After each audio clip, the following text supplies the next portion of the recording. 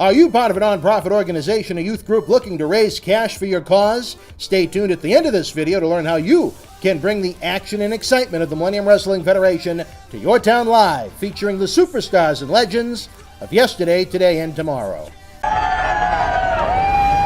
This is Mick Foley. This is Harley Race. This is Shelton Benjamin. This is Mr. Wonderful Paul Orndorff. This is the Monster Abyss. And this is Daniel Bryan. This is JBL, and you're watching the MWF. Be there live.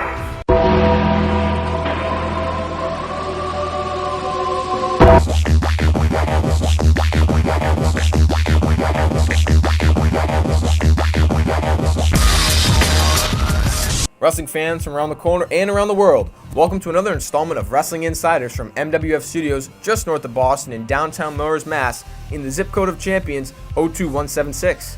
Let's run down the WWE SmackDown tapings from Blue Cross Arena in Rochester, New York, Tuesday, June the 6th, 2017. Before the cameras started rolling, Luke Harper, American Alpha, and Ty Dillinger teamed to defeat Aiden English, Eric Rowan, and The Ascension.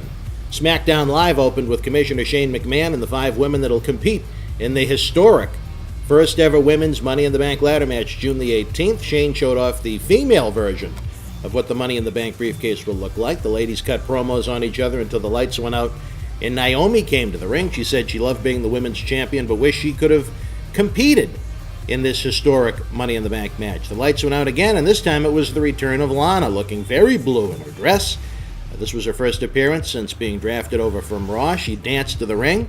Lana said that Naomi couldn't compete in the Money in the Bank match, but she could. Naomi laughed at Lana, asking who she's ever beat, and Lana replied she'd beat her. Shane said Lana would have to earn a match against Naomi, and she stormed off. Lana got a great response from the crowd. That led to Tamina, Natalya, and Carmella defeating Naomi, Charlotte, and Becky Lynch. When Lana returned to ringside and tripped Naomi, she was distracted, allowing Tamina to hit a thrust kick for the 3 count.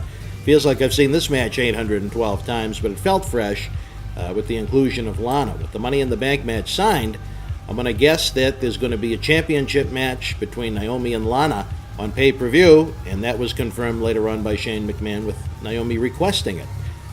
Mojo Rawley petitioned Shane McMahon for a spot in the men's Money in the Bank match. He said he was the forgotten man on SmackDown's roster. He won the Andre the Giant Memorial Battle Royal at WrestleMania.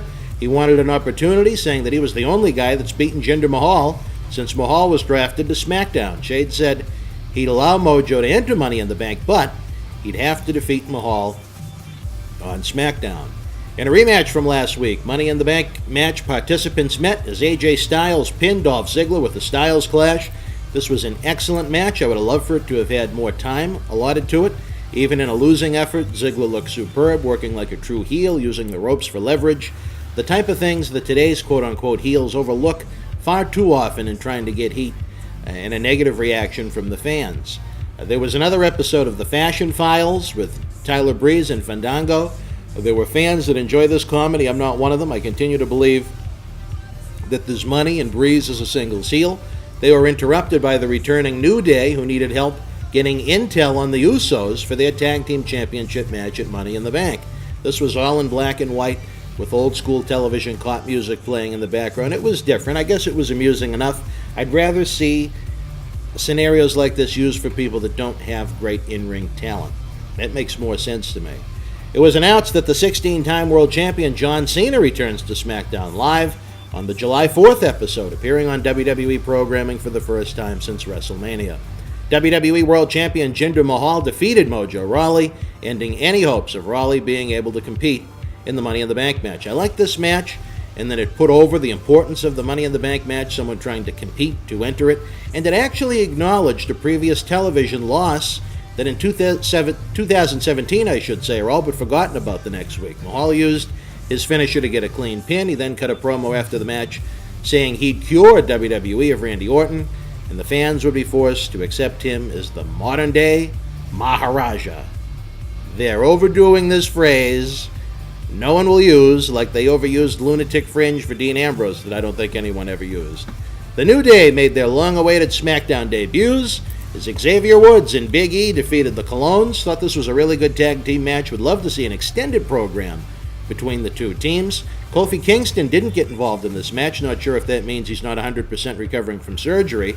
The benefits of being in a 3-member tag team. If someone's injured, you still have the other 2 that can compete and not mess with storylines. SmackDown Tag Team Champions, the Usos, came out post-match. They cut a great promo on New Day. Probably the best promo I've seen from the Usos to date. It felt creative, and it felt like it was real. It had some honest fire behind it. I look forward to their tag team match at Money in the Bank.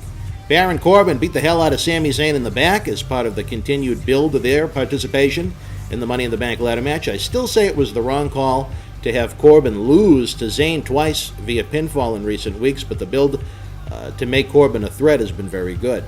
In the main event, Shinsegae Nakamura defeated the United States champion Kevin Owens in a non-title match with the Kinshasa. Another solid match that told a common-sense story in building up their participation in the Money in the Bank ladder match. Baron Corbin was on commentary and used the end of days on Nakamura as SmackDown went off the air. Very watchable episode of SmackDown Live. Some solid wrestling and good angles building up to the pay-per-view that's now less than 2 weeks away in St. Louis, Missouri. I know I'd like to give all the credit to my old buddy Road Dogg and WWE Creative, but even when things, whether they're going good, going bad, it's always a team effort. 205 Live opened with a Noam Dar promo that the fans had less than zero interest in. It was brutal. He said Alicia Fox was recovering at home. Dar went on to lose to Cedric Alexander before it got any worse. Mustafa Ali defeated Lewis Valley. Titus O'Neil and Akira Tozawa discussed taking the Titus brand international. And in the main event, WWE Cruiserweight Champion Neville retained the title over TJP via submission with the Rings of Saturn. The night before on Raw, Neville laid out TJP after Perkins wanted his championship opportunity that Neville had promised him. This was one hell of an exciting Cruiserweight match. If at least the main event on 205 Live could be half as good as this every week, the 205 Live show wouldn't be dead in the water as it is. As I said in our Raw review last night, TJP is miscast as a heel. He's an outstanding babyface that can go toe-to-toe with the best in any ring, anywhere in the world. Neville continues to do great things since his heel turn in December. This was, again, an exceptional match. Would love to see more between these two, as, like many, have had enough of Neville and Austin Aries. In the dark match main event exclusively for the fans in Rochester, New York, Randy Orton defeated WWE World Champion Jinder Mahal via disqualification when the Singh brothers interfered. Then it was RKOs for everybody. Fans, if you were in Rochester live or watched on the USA Network, share your thoughts in the comment section below. Don't miss the fallout from WrestleMania 33 on WWE Network. Using our link below, get 30 days free. This spring, WWE presents 4 live pay-per-views with Payback, Backlash, Extreme Rules, and Money in the Bank. Relive the ultimate thrill ride that was WrestleMania 33, plus brand new original programming, every pay-per-view in WWE history, and 7,000 plus hours of content in the archives. Spend $25 in the MWF store this month and get a free WWE t-shirt and a free autographed photo of WWE Hall of Famer Cowboy Bob Orton. We have brand new WWE t-shirts, posters, DVDs, autographs, and tons more. Best of all, every dollar you spend directly supports our live event and video production initiatives. Fans in over 30 countries can now enjoy our state-of-the-art studio shoot interview documentary collection on demand. You can rent or own select titles starting at only $5.99. Enjoy the wild Iron Sheik studio shoot interview as seen by millions online and on The Howard Stern Show. Relive the rock and wrestling era in the mid-'80s as WWE Hall of Famers Paul Orndorff, Bob Orton, and the Iron Sheik break down the first WrestleMania. The Boogeyman, Paul Bearer, and Kamala join us for extensive breakdowns of their careers, promoters, and companies they worked for. We also have a new shoot with Bull Dempsey bringing you a backstage look at WWE NXT and the Performance Center. Again, every rental and purchase helps support independent wrestling. Subscribe to our YouTube channel with over 1,500 videos available absolutely free. Enjoy in-depth videos, live MWF wrestling, the latest news, historical videos, and tons more on youtube.com/BostonWrestlingCom. If you enjoy the free content, you can help the cause by making a donation of any size to paypal.me/BostonWrestling. You can help the cause using our links below to shop on popular websites such as WWEshop.com, Amazon.com, and Walmart.com. We get a small thank you for every customer sent their way, and best of all, it doesn't increase your purchase 1 penny. Finally, get a free ride from Uber using the links below. Forget about overpriced taxi cabs with long waits. Join 2017. Get a good ride from a friendly driver and a clean car on us for up to $20. We're running out of time, fans. Don't miss a day on BostonWrestling.com super site. Like us at Facebook.com/MWFAction. Follow us on Twitter at MWF2001 and subscribe to us at YouTube.com/BostonWrestlingCom. The Millennium Wrestling Federation's 15th anniversary tour begins this fall and rolls into 2017 throughout New England, down the East Coast, and into the Carolinas. If your nonprofit organization is looking for an interactive, turnkey experience while putting the fun into fundraising, you've met the perfect tag team partner. MWF offers a variety of packages for groups of almost any size. From our live events at the Boston Garden, the Kowloon Entertainment Dining Complex, and the legendary Suffolk Downs, to high school gyms and function halls, we've presented live events everywhere. Since 2001, the MWF's mission has been simple: keep the kids off the streets. Under the leadership of President Dr. David Reese, we bring the superstars of yesterday, today, and tomorrow to your town, not for a quote-unquote wrestling show, but an event that features action-packed in-ring wrestling, autograph and pose photo opportunities, question and answer sessions, and much more. It is the best of sports and entertainment. The week of your event, we can add on to the endeavor with anti-bullying campaigns, library meet and reads, youth sport concussion seminars, and more.